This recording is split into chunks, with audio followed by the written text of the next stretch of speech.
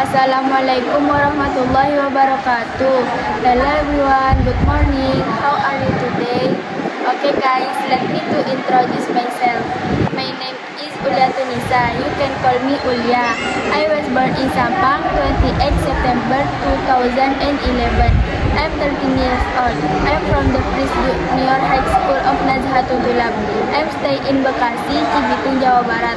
I'm the conductor from 3 siblings. The first son is Muhammad Ainul Ridwan. The third daughter is Jihan Talita Ulfa.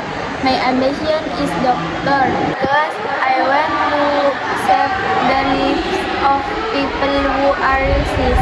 My hobby is swimming. My favorite food are bakso, chicken, and nasi kuning. My favorite is air pop ice orange, and iced tea. My favorite colors are black, white, and gray. My father is Kandi. My father is chili. My mother is Umuya. My mother is housewife.